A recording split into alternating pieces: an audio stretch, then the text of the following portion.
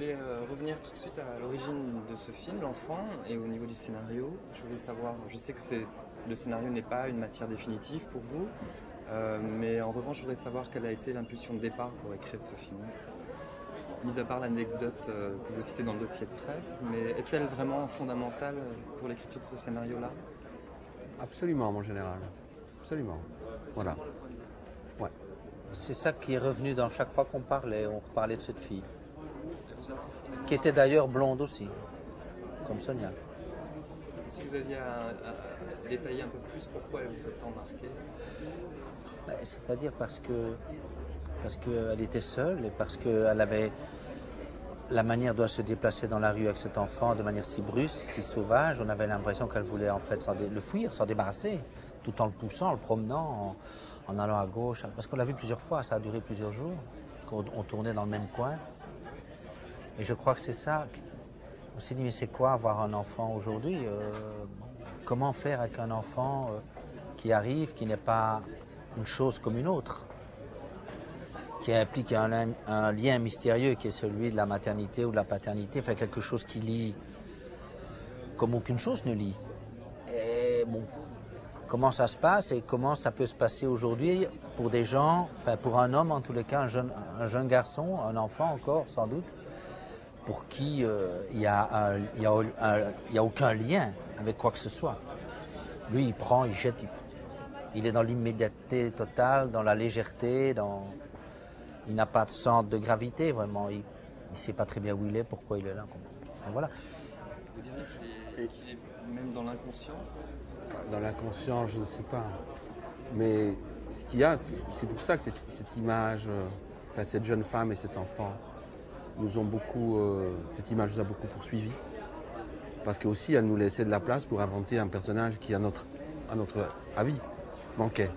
Que ce soit le père, l'amoureux. Mais il y avait quelqu'un qui pour nous manquait, qui n'était pas là. Et qui n'a jamais été là. Et peut-être que si on avait vu cette fille accompagnée toujours d'un garçon, avec un bébé, peut-être qu'on n'en aurait plus tellement parlé après. Mais le fait qu'il manquait quelque chose, une absence, on s'est dit tiens, et c'est parti vraiment de là. Donc vous voyez, c'est vraiment parti de cette fille et de ce bébé qu'on voyait. Alors est-ce que Bruno est inconscient? Il dit qu'il a la faculté de changer d'avis tout le temps et de s'investir avec autant d'intensité dans ses divers avis. Voilà, on peut appeler ça l'inconscience ou une espèce de liberté un peu folle. Il n'est pas là, quoi. Il n'est pas vraiment là. Il est dans le mouvement tout le temps. Oui, il n'est attaché à rien, rien ne le concerne. Même plusieurs fois, quand on faisait le scénario, quand on écrivait le scénario, on a pensé le faire mourir. Je ne crois pas que ça l'aurait touché plus que ça de mourir. L'écriture du scénario, c'est certainement une phase importante pour vous. En revanche, Jérémy Régnier me disait juste avant que vous permettez de toute manière de toujours changer, de toujours adapter pendant le tournage. Et c'est d'ailleurs jamais la faute du comédien si une phrase ou si une posture est mal, mal vécue. Est-ce que pour vous, le tournage, c'est véritablement... Alors, je ne voudrais pas tomber dans des références, mais malgré tout, Robert Bresson avait ce rapport-là au tournage, de capter une vérité. Et quelle est votre vérité? Est-ce que vous cherchez justement à capter une vérité lors du tournage et comment vous procédez? Oui, une vérité, mais laquelle? Oui, c'est-à-dire que ce qu'on essaie, c'est que les acteurs, les actrices ne jouent pas, n'essayent pas d'exprimer une intériorité qu'ils penseraient avoir et à exprimer. Mais je ne sais pas ce qui se passe dans leur tête, les acteurs, les actrices. Peut-être qu'eux pensent quand même qu'ils font ça. En tous les cas, nous partons un peu de cette idée que la caméra est impitoyable et que si jamais la volonté de l'acteur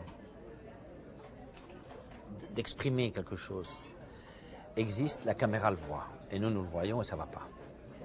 Donc il faut que, et ça c'est pour ça qu'on répète aussi, sans jouer, mais on répète les mouvements, les corps, comment bouger, faire ci, faire, pour que la caméra puisse voir, non pas le comédien qui exprime, mais voir un comportement, voir voilà, ce qui se passe.